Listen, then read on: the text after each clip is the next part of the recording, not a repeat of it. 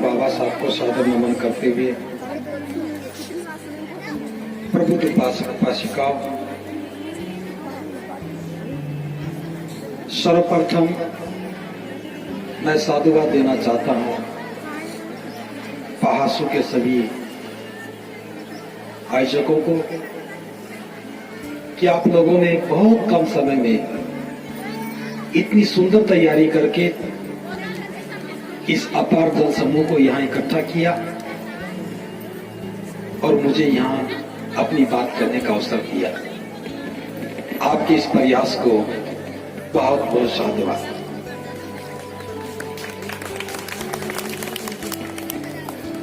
आज इस कार्यक्रम में मुझे बहुत खुशी हो रही है। पिछले जितने भी कार्यक्रम हुए उसमें महिलाओं की आजादी से संबंधित बातें मुझे कहनी पड़ती थी। सारी बातें मैं ही बोलता था, लेकिन आज मुझे लगता है कि मुझे बोलने की जरूरत नहीं है, क्योंकि महिलाएं अपनी आवाज खुद उठाने लग गई हैं, अपनी बात करने लग गई हैं। तो इस कामयाबी के लिए मैं साधुवाद देता हूं। जितनी भी महिलाएं आई उन्होंने बहुत सुंदर तरीके से अपनी बातें रखी हैं, और यहां तक छोटी सी बच्ची भी आई, उन्होंने भी पूरे साहस और उत्साह के साथ बात को रखा है। तो मुझे लगता है जिस समाज की महिलाएं जाग जाती हैं उस समाज की तरक्की सुनिश्चित हो जाती है। क्योंकि बाबा साहब ने कहा था,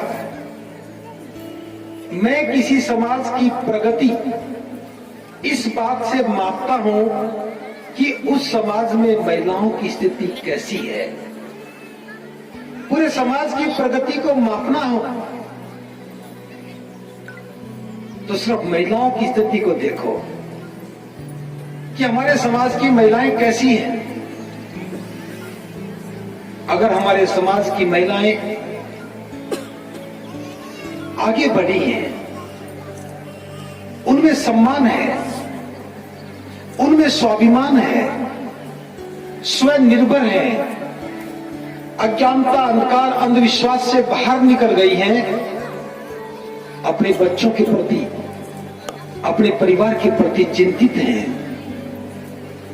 उनका जीवन बनाने और भविष्य के लिए वो योजना बनाने लगी हैं, घर के महत्वपूर्ण निर्णयों में महिलाएं अपनी भूमिका अदा करने लगी हैं। इसका मतलब है वो सब घर, वो समाज, वो परिवार विकास की राह पर चल पड़ा है। मापदंड है ये, बाबा साहब ने ये मापदंड दिए हैं, इसलिए हमें इन्हीं मापदंडों पर काम करना चाहिए। चूंकि आप लोगों ने एक बहुत सुंदर कार्यक्रम आयोजित किया है, इसलिए मैं ये बात कहना चाहता हूं। जो अभी तक प्रचलित बातें हैं, जो अभी तक समाज में प्रचलित अवधारणाएं हैं, हमें उन पर काम करना चाहिए, उनको समझना चाहिए। हजारों सालों से लोग हमें कहते रहे ईश्वर की नजर में सभी लोग समान हैं। आज भी कह रहे हैं ईश्वर की नजर में सभी लोग समान हैं, और हम खुश हो जाते हैं। हमें किसकी नजर में समान चाहिए? हमारे पड़ोसी की नजर में समान चाहिए, हमारे भाई की नजर में समान चाहिए। ईश्वर की नजर में सभी लोग समान हैं, और जो ईश्वर को मानते हैं वो अपनी नजर में किसी को समान नहीं मान रहे।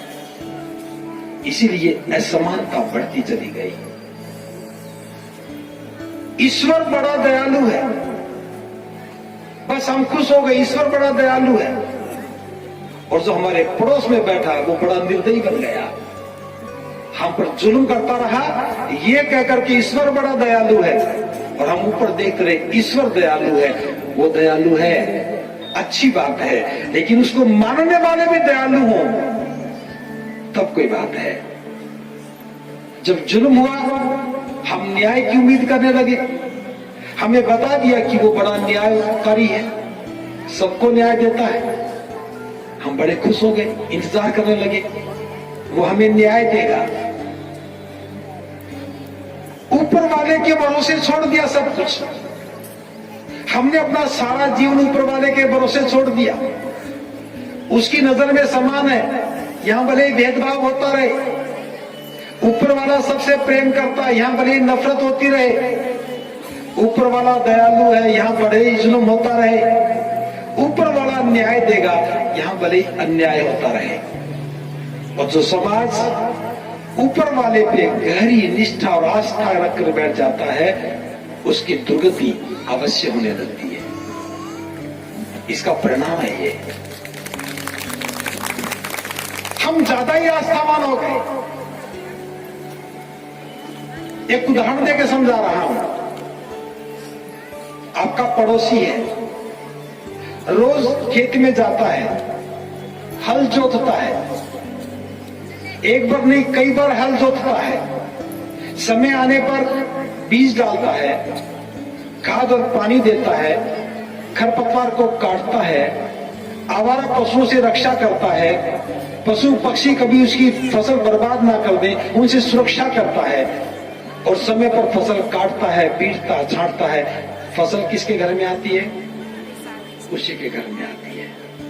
और आप रोज अपने खेत में जाएं, ऊपर वाले को कहें कि ऊपर वाला देगा उसी को मिलेगा। रोज जाएं, कहें कि ऊपर वाला देगा मैं तो वही लूंगा, क्योंकि वो सबको देता है। चोंच दिए तो चुगा भी देगा, खेत दिया है तो फसल भी देगा। रोज जाता हूं, 3 महीने के बाद 4 महीने के बाद आप देखेंगे पड़ोसी था, भले ही ऊपर वाले को मानता था या नहीं मानता बात ये नहीं है, लेकिन समय पर काम करता था, उसके खेत में फसल पैदा हो गई। और जो ऊपर वाला सब कुछ है उसी को मान के बैठा, उसके खेत में खरपतवार ही पैदा होती है। और खरपतवार कैसी भी हो, कितनी भी हो, छोटी हो बड़ी हो, खरपतवार कभी फसल नहीं होती। और जिस खेत का मालिक कई सालों तक जुताई ना करे,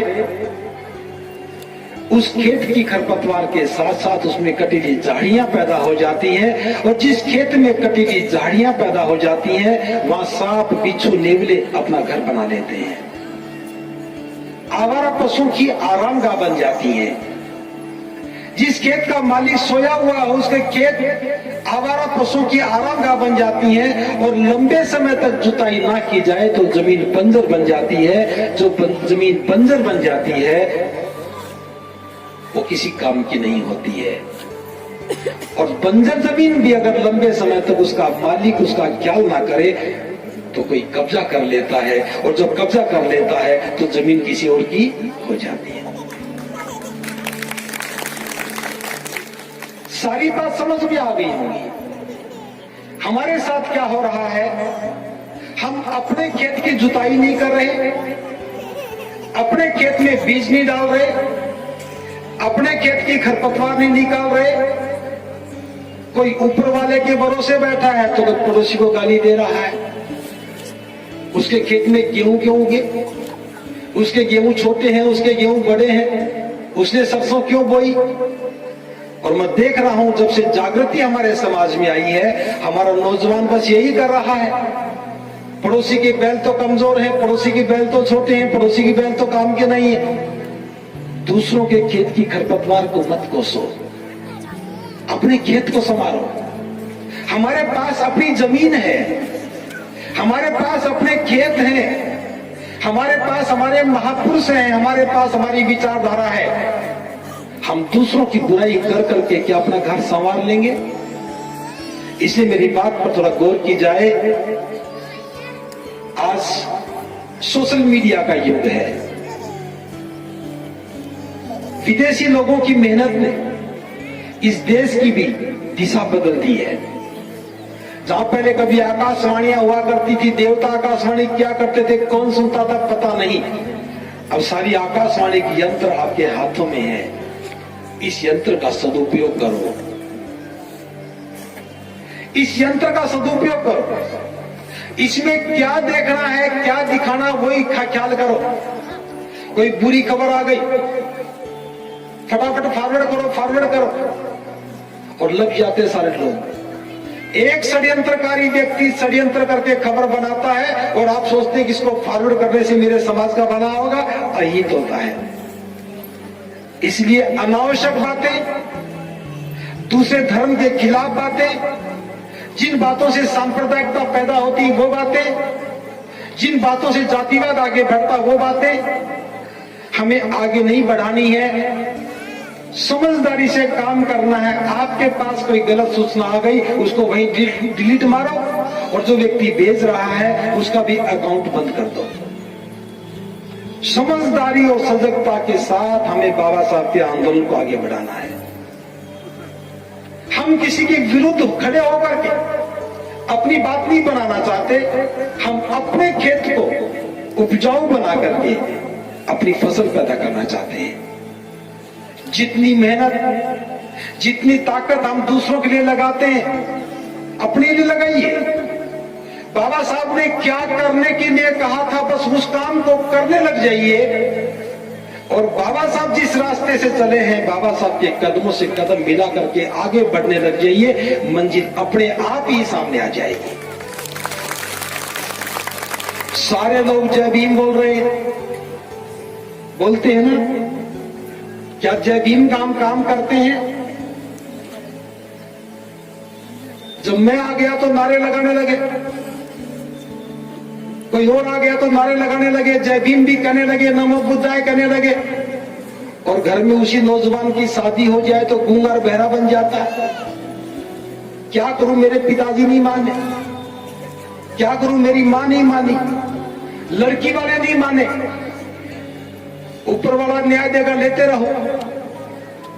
सारे के सारे बाबा साहब के अनुयायी बनने के बाद भी अगर अंधविश्वासी हैं, बिना घोड़ी पर बैठे शादी नहीं होगी। मैं देख रहा था पिछले दिनों एक गांव में कोई था, उसकी शादी घोड़ी पर बैठने से नहीं हो रही थी। लड़ाई लड़ी।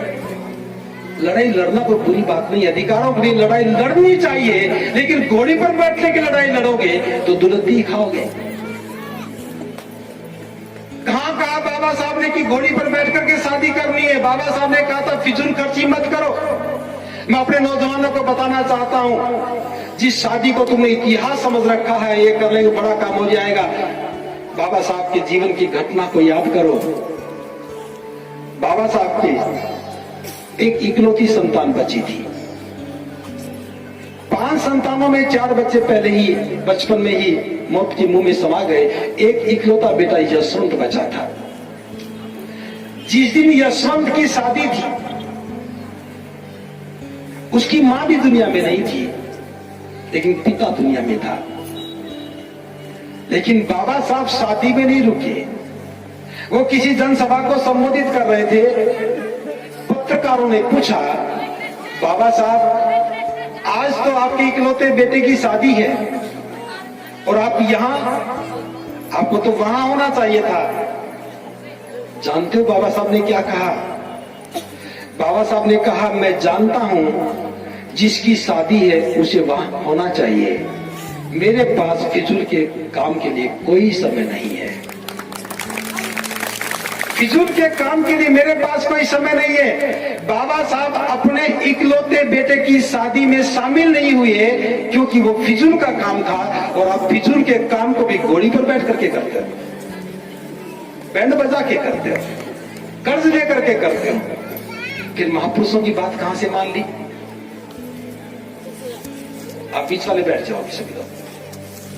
महापुरुषों की बात कैसे मान लिया आप लोगों ने? हम बाबा साहब की बात पर गौर करें। हमारा समाज गरीब है, सभी लोग कह रहे हैं गरीब है। ये गरीबी कब तक रहेगी? कोई तारीख निश्चित की है? जब मैं छोटा सा था सुनता था हम गरीब हैं और सरकार गरीबी दूर करेगी।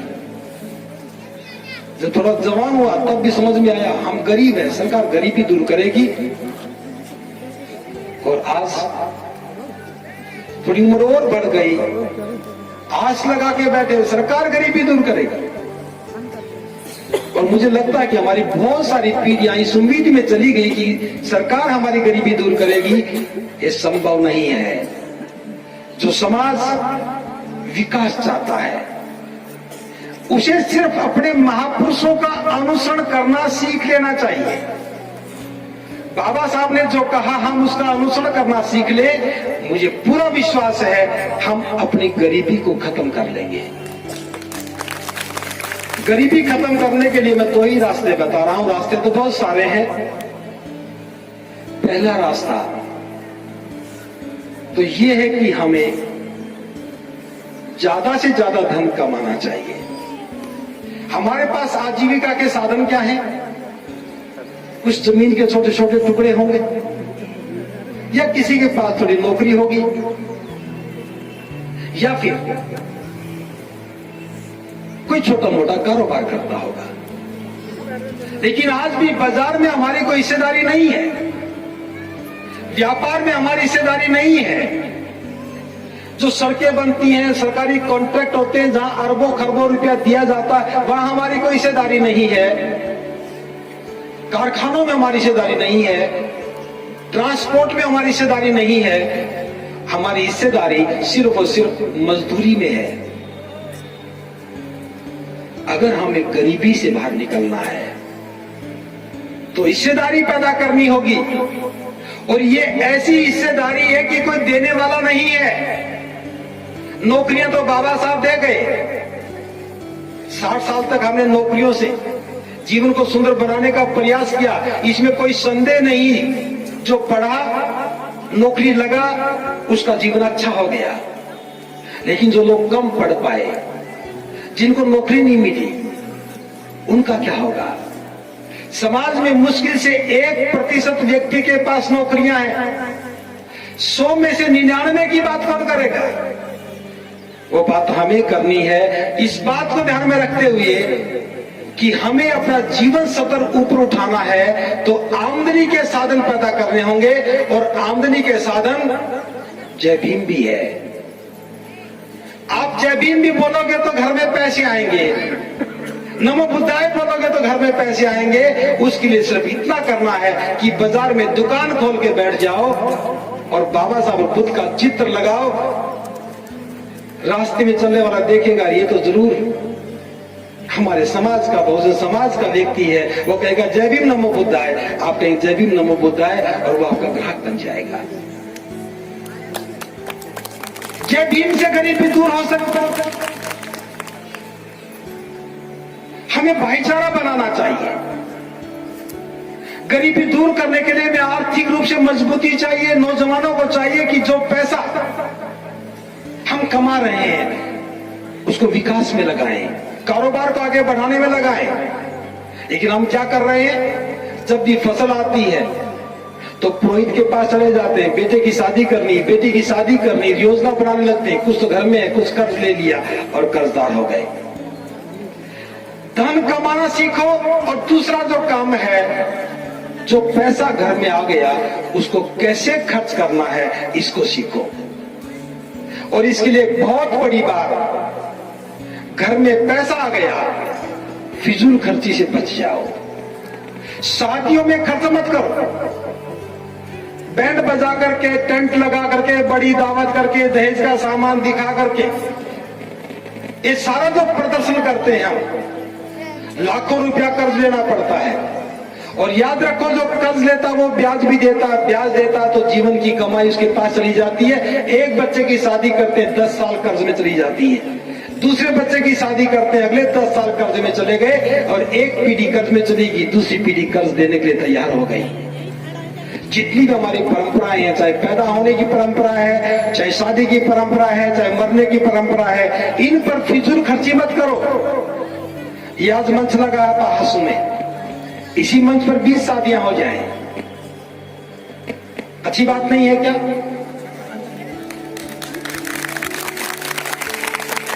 इसलिए फैसला करो, हमें गलत परंपराओं को तोड़ना है। और गलत परंपराएं कब टूटेंगी? जब हम इस चक्रव्यूह से बाहर निकलेंगे। क्योंकि अब तो लगता है घोड़ी पर बैठने से शादी होती है। क्यों होती है? क्योंकि आप उस व्यवस्था की हिस्से बन गए। लेकिन जिस दिन आप बुद्ध की शरण में आओगे, एक फर्क समझना, अभी आप बुद्ध की शरण में नहीं है। बच्चे की शादी करने तो किससे पूछने के लिए जाते हैं? उसी से पूछने के लिए जाते हैं जो आपका भाई नहीं है, जो आपको सही राह नहीं देता, जो आपको अपने घर में बिठाता नहीं है, जो आपसे नफरत करता है। जो आपसे नफरत करता है वो रास्ता सही क्यों बताएगा? जो आपसे नफरत करता है वो रास्ता सही क्यों बताएगा? आपकी शादी का मुहूर्त सही क्यों निकालेगा? सारी उम्र तो जय भीम कहते हो और शादी के समय वही उसी की इशारे पर काम करते हो। वो कहता उठ जा, उठ जाएंगे, बैठ जाएंगे, इधर चल, लड़की आगे, लड़का पीछे, ये वो। कहां गया आपका जय भीम? जिसने हमें गुमराह किया, जिसने हमारा शोषण किया, जिसने समाज में जातिवाद का जहर घोला, जिसने हमारे पुरखों के साथ, हमारे साथ नफरत का व्यवहार किया, उसी से जाकर के आप अपनी शादी ब्याह की तारीख निकलवाते हैं। ये रास्ता साफ हो गया, बाबा साहब ने साफ कर दिया है। जो व्यक्ति बुद्ध की शरण में आ गया है उसे किसी के पास नहीं जाना। बुद्ध ने कहा है हर दिन उत्तम है। कौन सा दिन बुरा है? कोई बता सकता है? इस देश में देवता सो जाते हैं, शादियां नहीं होती। देवता सो जाते हैं, शादियां नहीं होती, लेकिन बच्चे पैदा तो होते रहते हैं। उनको कहां डाल के आओगे? देव सो गए और बच्चा पैदा हो गया हो, उसका कौन जिम्मेदार? जब देव सोने के बाद बच्चा पैदा हो सकता है तो शादी क्यों नहीं हो सकती? बहुत बढ़िया, बहुत बढ़िया। कोई कहे कि सोमवार का दिन अच्छा है और शनिवार को बच्चा पैदा हो गया तो क्या बाहर फेंकोगे? कोई कहे सुबह का समय अच्छा है, रात को बच्चा पैदा हो गया तो क्या उसका नाम नहीं दोगे, घर में नहीं रखोगे? इसलिए समझ जाओ, कुछ बहकाने वाले लोग हैं कि ये दिन अच्छा, वो दिन अच्छा, ये उत्सव बुरा। जिस क्षण हम पैदा हुए वो सबसे अच्छा क्षण, जिस क्षण घर में बच्चा पैदा हुआ वो सबसे अच्छा क्षण है। पैदा होने का कोई समय नहीं है, मरने का कोई समय नहीं है, तो खाना खाने का समय कौन तय करेगा? इसलिए विवाह शादी करते समय किसी से मुहूर्त मत पूछो। शादी करने का सबसे बढ़िया समय है छुट्टी का दिन। वो चाहे सोमवार की छुट्टी हो चाहे रविवार की छुट्टी हो, छुट्टी वाले दिन शादी करो और जब सुविधा हो तब करो। बुद्ध विहार में जाओ, दोनों परिवार मिलकर के वहां जाएं, संस्कार करवाने वाले लोगों को बुलाएं, वो संस्कार करवा दें और खाने पीने का सामान वहीं लेके जाओ, बैठ करके वहीं खाओ पियो और शादी करके बुद्ध विहार को दान दे करके घर में आ जाओ। नाचना हो तो घर में नाचो, तो कौन मना करता है? 1000 रुपए में ढोल वाले आ जाते हैं, सारा दिन बजाओ, खूब नाचो। महिलाओं को गीत गाना तो 10 दिन तक गीत गाती रहो, कोई मना करता है? इनके गीत तो सबसे सस्ते हैं, पैसा भी नहीं लगता। जो दूसरे गाने वाले आते तो पैसे लेके जाते ना, महिलाएं तो एक मुट्ठी बतासे में सारा रात गीत गाता, कोई फर्क नहीं पड़ता। परंपराएं तोड़ो, विवाह शादी की परंपरा है। हर नौजवान अपनी शादी बुद्ध विहार में करना शुरू करे। और लड़की वाला नहीं माना, लड़के वाला नहीं माना, पुराना बहाना है, अब नहीं चलेगा। अब तो मानना ही होगा। अगर गरीबी से मुक्ति पानी है तो फिजूल खर्ची को रोकना होगा। और याद करो, घोड़ी पर बैठने की जिद ने बहुत सारी बारातों को पिटवाया है। जिसको बारात पिटवानी है और खुद को पिटना है वो घोड़ी पर बैठने की जिद करे। बहुत लोग घोड़ी पर नहीं बैठते। बहुत लोग शादी करते हैं तो किसी पशु को तंग नहीं करते। 4 कदम चल करके बुद्ध विहार में जाओ और शादी करो। रात को शादी नहीं करनी, शादी दिन में ही करनी चाहिए। रात को शादी करने से जो लोग पीते हैं उनका दौर शुरू हो जाता है, और जो पी लेता उसे रहा नहीं जाता, और रहा नहीं जाता उत्पात करता है तो बारात में खतरा पैदा हो जाता है।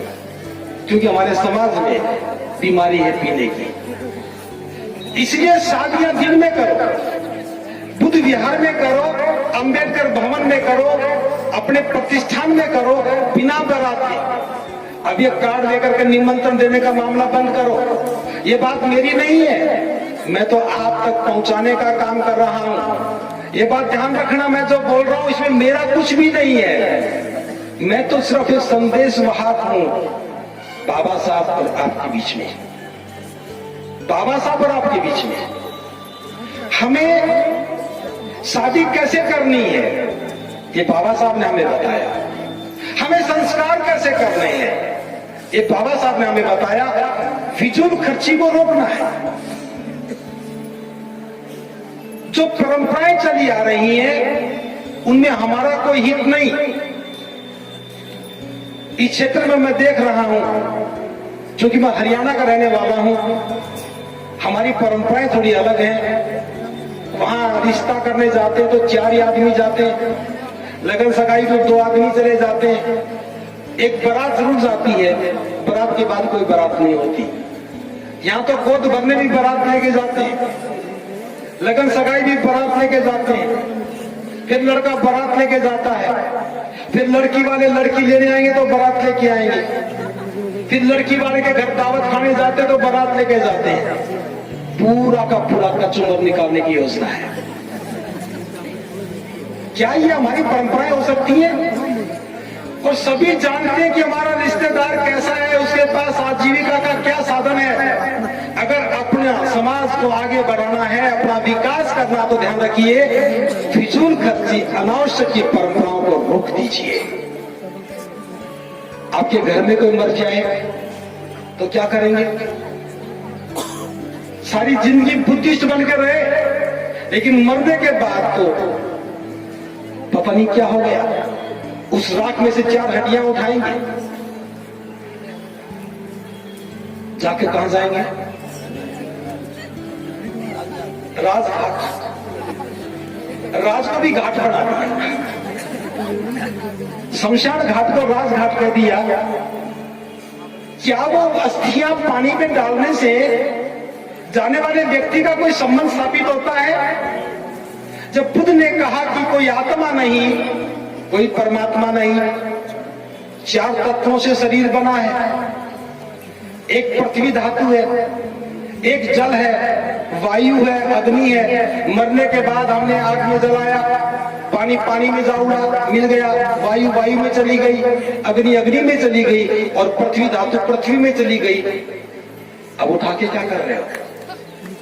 किसकी मुक्ति की बात कर रहे हो? क्या 4 हड्डियों में आत्मा बसी है? वो 40 हड्डियां शमशान में पड़ी रह गई, उनका जिम्मेदार कौन? जो पानी था हवा में उड़ गया, वो उसका जिम्मेदार कौन? जो वायु थी वायु मिल गई, उसका जिम्मेदार कौन? आग आग में मिल गई। इसलिए भ्रमित मत हो। राजघाट पे जाने की जरूरत नहीं है, किसी घाट पे जाने की जरूरत नहीं है। मिट्टी थी मिट्टी में मिल गई। बुद्ध का ये कहना है, अगर हमारी समझ में आ जाए तो आत्मा की कामना नहीं करनी है, कोई कर्म कांड नहीं करना है। 3 दिन के बाद, 4 दिन के बाद किसी बौद्ध भिक्षु को बुलाओ, या बौद्ध भिक्षु नहीं है तो किसी योगी व्यक्ति को बुलाओ और पुष्प अर्पित करके परित्राण देशना करवा करके उस काम को संपन्न करो। जन्म और मृत्यु प्रकृति का शाश्वत नियम है। इसलिए जब हम बुद्ध की बात मानने लगेंगे तो बुद्ध की विचारधारा पर चलना है। पुरानी जितनी भी परंपराएं हैं उनको तुरंत छोड़ देना है, तब हमारा कल्याण होगा। फिर देखेंगे आप, किसी घर में कोई मर गया तो कर्जदार नहीं होगा, किसी के घर में शादी है तो कर्जदार नहीं होगा, किसी के घर में कोई और उत्सव है तो कर्जदार नहीं होगा। हम जो पैसा कमाते हैं वो फिजूल में खर्च करने की योजना बंद करें। कारोबार की मैं बात कर रहा था। कारोबार के लिए बाजार में दुकान लेना बहुत मुश्किल है। बाजार में जगह भी नहीं है कि आप दुकान ले लें। मेरा तो इतना कहना है, अवसर मिलते नहीं है, अवसर तैयार किए जाते हैं।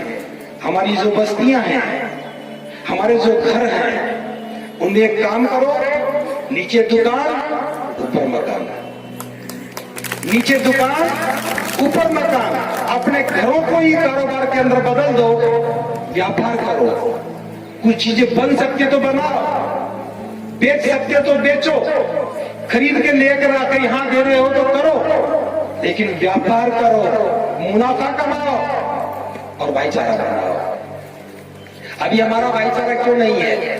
क्योंकि किसी से कुछ लेना देना ही नहीं है। बुद्ध ने कहा है, एक मनुष्य का दूसरे मनुष्य के साथ अच्छा संबंध ही धर्म है।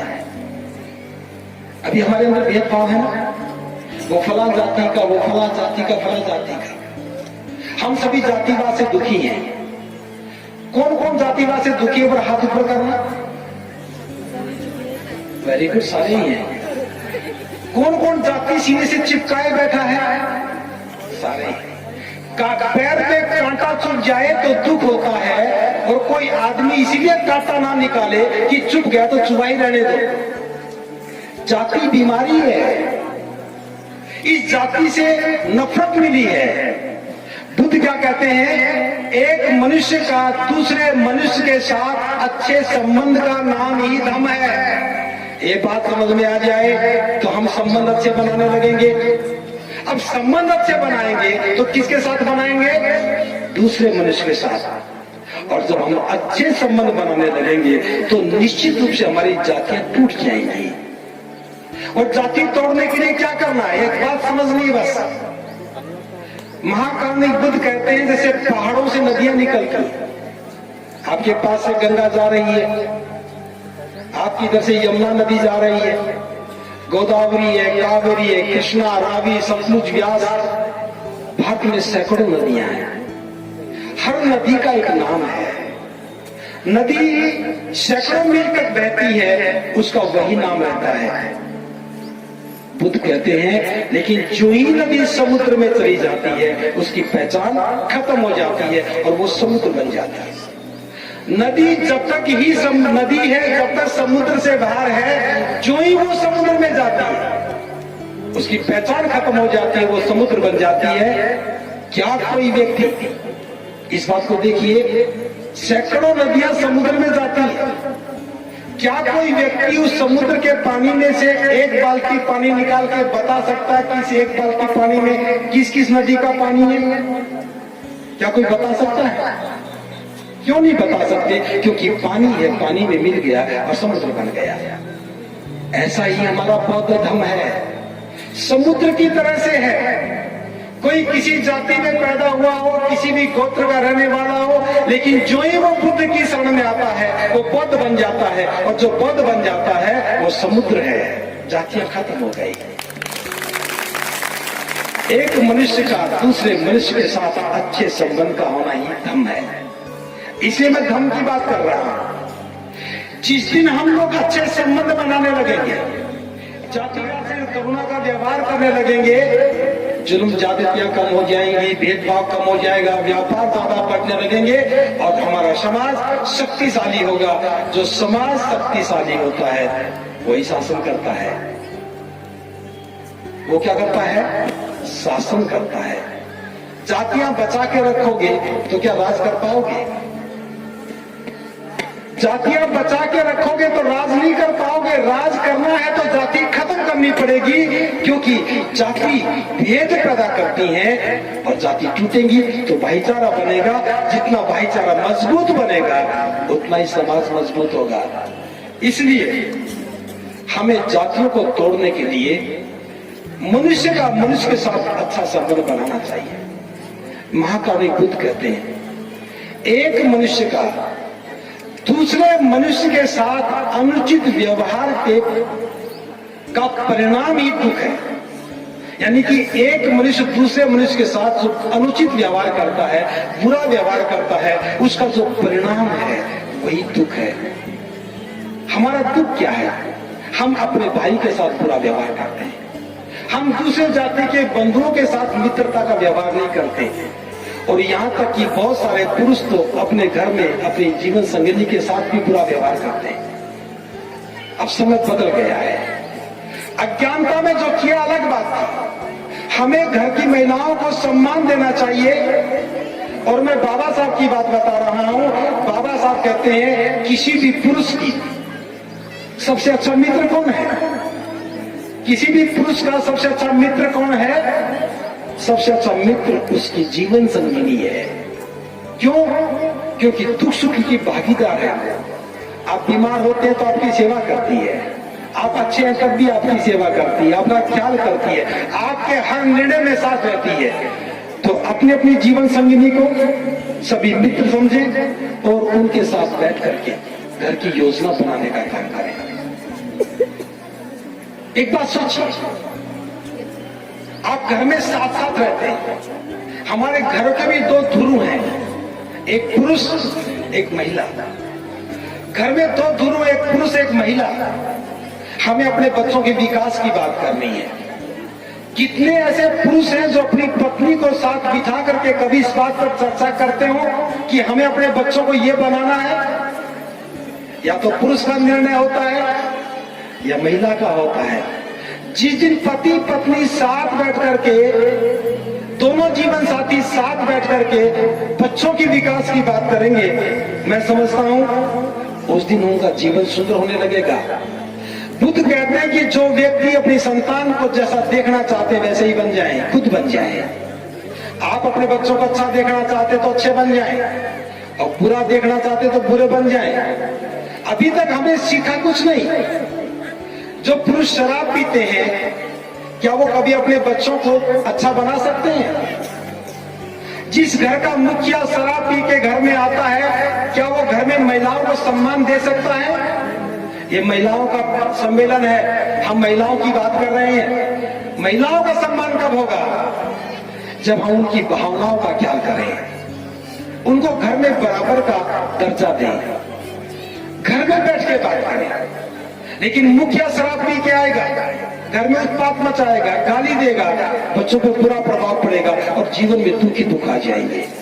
इसलिए बाबा साहब ने हमें बुद्ध की शरण दी, क्योंकि जो बुद्ध की शरण में आ जाएगा वो शीलों का पालन करेगा। और शीलों में 5 शील हैं। मैं प्राणी हिंसा नहीं करूंगा, चोरी नहीं करूंगा, दुराचार नहीं करूंगा, झूठ नहीं बोलूंगा, नशा नहीं करूंगा।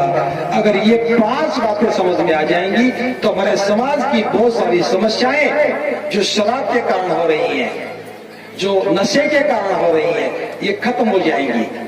निश्चित रूप से एक बात बताना चाह रहा हूं, महिलाएं स्वभाव से धार्मिक होती हैं, महिलाओं का स्वभाव धार्मिक होता है, लेकिन पुरुष उसे अपनी कमजोरी समझता है, महिलाओं की कमजोरी समझता है। महिलाएं स्वभाव से धार्मिक हैं, इसलिए वो सम्मान देते हैं। महिलाएं स्वभाव से धार्मिक हैं, उनमें करुणा है, इसलिए वो दुख को भी सह लेती हैं। महिलाओं के अंदर स्वभाव से ही मैत्री है, इसलिए वो दुखी व्यक्ति के साथ सेवा का भाव से पेश आती है। और हम इसे महिलाओं की कमजोरी समझते हैं। हमें अपनी विचारधारा को बदलना चाहिए। महिलाओं को बराबर का हक देना चाहिए। और महिलाएं हक का मतलब जमीन में हिस्सेदारी नहीं मांग रही हैं। महिलाएं हक का मतलब आपकी संपत्ति की हिस्सेदारी नहीं मांग रही हैं, वो अपने जीवन पे सम्मान की हिस्सेदारी मांग रही हैं। इसलिए मैं आपसे एक बात पूछना चाहता हूं कि बाबा साहब के अनुयायी होने के नाते क्या हमें महिलाओं को बराबर नहीं समझना चाहिए? समझना चाहिए। तो समझना चाहिए ये बात जिसकी समझ में आ गई हो, उससे पहला काम की शुरुआत कहां से करनी है? कोई महिला हमारे घर में है, उसे घूंघट से मुक्त रहना चाहिए। घूंघट से मुक्त। आप में से कितने लोग हैं जो मेरी बात का समर्थन करते हैं? हाथ ऊपर करें। समर्थक है, ओके। किस किस में हिम्मत है जो आज ही जाकर के अपने घर में घूंघट को उठा के खत्म कर देंगे? तालियां बजाओ सबके लिए जो हिम्मत के साथ। और जो ताली बजा रहे हैं आप भी थोड़ी हिम्मत करना, महिलाएं भी थोड़ी हिम्मत करना। इस बात को ध्यान से समझिए। महिलाएं घूंघट क्यों करें? देश को आजाद हुए 70 वर्ष हो गए। बाबा साहब को दुनिया से गए 60 वर्ष, 61 वर्ष हो गए। इन 61 वर्षों में देश ने बड़ी तरक्की कर ली है ना? कितनी तरक्की कर ली? ये राजमार्ग बन गए, बड़ी इमारतें बन गई, बच्चे खूब पढ़ गए, अच्छे अधिकारी बन गए। लेकिन लानत है उन लोगों को, अधिकारी तो बड़ा बन गया, अपनी माँ का घूंघट भी नहीं आता। ये नौजवान बहुत जय भीम बोलते हैं, अच्छा लगता है, लेकिन जय भीम का अर्थ समझो। आज आजादी की लड़ाई में क्या हमारी माँ बहनों का योगदान नहीं होना चाहिए? बाबा साहब ने जिन महिलाओं को संविधान में बराबर का हक दिया और कानून नहीं बन सका तो इस्तीफा दे दिया, ये कहकर के मैं डॉक्टर अंबेडकर भारत का कानून मंत्री और मेरे कानून मंत्री रहने के बावजूद भी मैं भारत की महिलाओं को बराबर का हक नहीं दे सकता, तो मुझे मंत्री बने रहने का कोई मकसद नजर नहीं आता, इस्तीफा दे दिया। बाहर रह करके बाबा साहब ने कानून पास करा दिया। आज बाबा साहब के कानून की वजह से महिलाएं कहां तक पहुंची? मुख्यमंत्री बनती है, मंत्री बनती है, प्रधानमंत्री भी बने, राष्ट्रपति भी बनी। किसी एक ने भी घूंघट किया क्या? बाबा साहब के कानून की ताकत देखिए। जिस दिन से घूंघट हटा, संविधान से बराबर का हक मिला, महिलाएं देश के सर्वोच्च पद को भी हासिल कर पाई और बाबा साहब की संतानों ने अपने घर में अपनी जीवन संगिनी, अपनी मां, अपनी बहन को घूंघट में देखते हैं और लज्जा तक भी नहीं आती। कौन सी इज्जत की बात करते हो? हमारे घर में हमारी बेटियां घूंघट करती हैं क्या? करती हैं? हमारी बेटियां घूंघट नहीं करती कि हमारी इज्जत गिरी? और दूसरे की बेटी हमारे घर में पुत्र वधू बनकर के आ गई तो क्या हमारी इज्जत कम हो गई?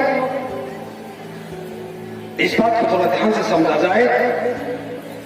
महिलाएं घूंघट किससे करती हैं? दो लोगों से, और दो लोग हैं जेठ और ससुर। शादी से पहले लड़की देखने कौन जाता है? जेठ और ससुर। और लड़की देखने जाएंगे तो पैर की अंगूठी से लेकर के सिर की चोटी तक देखते, गौर से देखेंगे। नाक कैसा है, कान कैसी है, आंखें कैसी हैं, वजन भी पूछ लेते हैं, हाइट भी पूछ लेते हैं। सरकार की किसी भी नौकरी करने के लिए जाओ, ये सब नहीं पूछा जाता, वहां योग्यता पूछी जाती है। लेकिन शादी में वो ससुर शादी से पहले सब देखता है। उसके बाद गोद भरने जाएंगे तब देखेंगे, लगन सगाई जाएंगे तब देखेंगे, वर माला डालेगी तब देखेंगे। सारा गांव देख लेता है, सारे बाराती देख लेते हैं, उसमें जेठ भी है, ससुर भी है।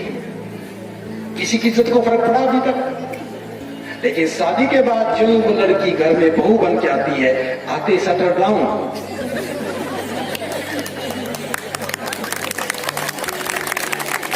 मैं पूछना चाहता हूं, ऐसा कौन पुरुष है, कौन ससुर है, कौन जेठ है जो अपनी पुत्र वधू का मुंह ना देखना चाहे?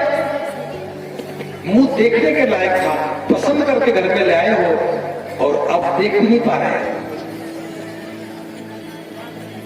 क्या यह परंपरा सही है? जिसको लगता है कि बहू का मुंह नहीं देखना चाहिए, उसे शादी से पहले देखने नहीं जाना चाहिए।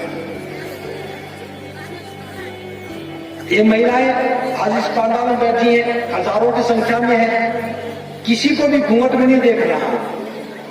ये जानती है यहां कोई खतरा नहीं है। ये बाजार में जाती है, कभी घूंघट नहीं करती है, जानती कोई खतरा नहीं है। रेल में सफर करे, बस में सफर करे, कोई खतरा नहीं। किसी मेले में जाए, कोई खतरा नहीं। लेकिन जो ही वो घर में आती है, सबसे खतरनाक दो प्राणी घर में रहते हैं। सोचिए, जिस पर ज्यादा भरोसा, खतरा भी उसी से।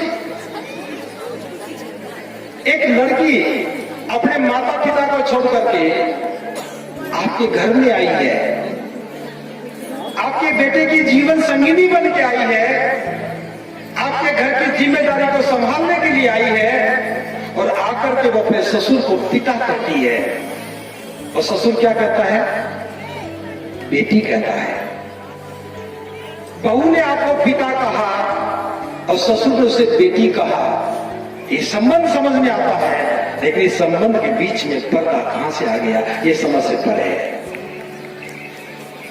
अपनी मां को छोड़ के आती है, अपनी सास को मां कहती है और सास को उसे बेटी कहती है। इसके बावजूद भी वो थानेदार बन करके घूंघट इतना लंबा होना चाहिए, दलील देगी। अब तो क्या जमाना आ गया, अब तो घूंघट यहां तक आ गया। आज हमारे समय में तो यहां तक घूंघट होता था। वो जमाने चले गए। उस जमाने की बात करके आज हम घूंघट की पैरवी करें, ये बात ठीक नहीं है। इसलिए मैं चाहता हूं कि पुरुष इस पहल को स्वीकार करे। अगर बाबा साहब के प्रति सही सम्मान चाहते हो तो महिलाओं को सम्मान दो, और उनका सम्मान आपकी पुत्र वधू, आपकी बेटी के समान है, उस बेटी का दर्जा दो। और सास को भी चाहिए, जो सास यहां बैठी होंगी, सास को भी चाहिए अपनी बहू को कहें कि बेटी मैंने तो सारी जिंदगी घूंघट में बिता दी, बहुत कष्टदायक दिन थे, लेकिन मैं चाहती हूं कि मेरी पुत्र वधू को, मेरी बेटी को ये दिन ना देखना पड़े, बेटी घूंघट हटा दे। ये परंपरा तोड़ने के लिए कुछ नहीं करना, ससुर का एक आदेश चाहिए, घर में सबको बिठा करके कहें कि बेटी घूंघट हटा दे, तू हमारे घर की बेटी है, हटा दे घूंघट। और सास को चाहिए कि बेटी मैंने सारी जिंदगी घूंघट किया है, अब तू घूंघट से मुक्त हो जा, मैं चाहती हूं कि मेरी बेटी घूंघट से मुक्त हो जाए। बड़े हो तो बड़पन दिखाओ, और जो पति है आप भी अपनी हिम्मत को संभालो। आपकी जीवन संगिनी पर्दे में रहे, कमजोर बनकर रहे, क्या अच्छी बात है, उसका साथ दो। मैं जानता हूं जब साथ दोगे तो घर में लड़ाई होगी और आपकी मां ही कहेगी तू तो बहू का हो गया, कहो कि इस मुद्दे पे मैं बहू के साथ, पत्नी के साथ। और मैं सिर्फ इतना कहना चाहूंगा, सास और बहू की बहुत लड़ाइयां हुई होंगी, हालांकि सिलेबस का हिस्सा नहीं है, लड़ाइयां होती हैं, बस एक लड़ाई और हो जाए तो फर्क नहीं पड़ने वाला। लेकिन इस लड़ाई का नजरिया अलग होना चाहिए। सास लड़े तो चुप हो जाओ, और जब सास चुप हो जाए तो पूछो कि मम्मी जी किस बात पे लड़ रहे थे, अरे तूने घूंघट हटा दिया, वो तो हट गया, अब लड़ाई किस बात की? जब तक घूंघट था लड़ाई वाजिब थी, और घूंघट हट गया तो लड़ना किस बात का? सास बहू का रिश्ता बेटी और मां का होना चाहिए। सास भी सम्मान दे बहू को, और बहू भी सास का सम्मान करे। ये बात बताने की नहीं, व्यवहारिक बात है, हम करते भी हैं। लेकिन मैं चाहता हूं कि हम लोग अपने जीवन को सुंदर बनाना चाहते हैं, तो ये महिलाओं की आजादी का आंदोलन है, और आजादी भी जो बाबा साहब लेके गए हैं, स्वतंत्रता, आपकी तरह बैठ सके, आपकी तरह बात कर सके, आपके साथ मंत्रणा कर सके, बच्चों को क्या बनाना इसके बारे में बात कर सके, और जो फैसले घर को प्रभावित करते हैं उन फैसलों में बैठ करके निर्णय में सहभागिता बन सके। महिलाएं इतना ही चाहती हैं, क्या आप नहीं देंगे? इसलिए मेरी बात को समझा जाए। ये महिला सम्मेलन कुछ लोग अर्थ भी लगाते होंगे, इसका मतलब ये नहीं कि महिलाएं पुरुषों के विरुद्ध खड़ी हैं, इसका मतलब ये भी नहीं पुरुष महिलाओं के विरुद्ध खड़े हैं। ये जो सब चल रहा है ये नासमझी से चल रहा है, क्योंकि किसी ने पहले नहीं की। मैं बता रहा था देश का विकास हो गया है, बहुत विकास हो गया है, लेकिन घूंघट तो वहीं का वहीं अटका पड़ा है। हमें रोकना चाहिए, हमें खत्म करना चाहिए, ये काम हमें बहुत जरूरी है, करना चाहिए। ये वीडियो आपको कैसा लगा, आप अपना फीडबैक ज़रूर दें। इस वीडियो को आप ज़्यादा से ज़्यादा लाइक करें, कमेंट करें एंड शेयर करें, और इस चैनल को आप सभी लोग ज़्यादा से ज़्यादा सब्सक्राइब करें, जिससे हम आपको और बेहतर वीडियो आप तक पहुंचा सकें। आप सभी लोगों ने इस वीडियो को देखा, थैंक्स फॉर वॉचिंग वीडियोस। नमो बुद्धाय, जय भीम।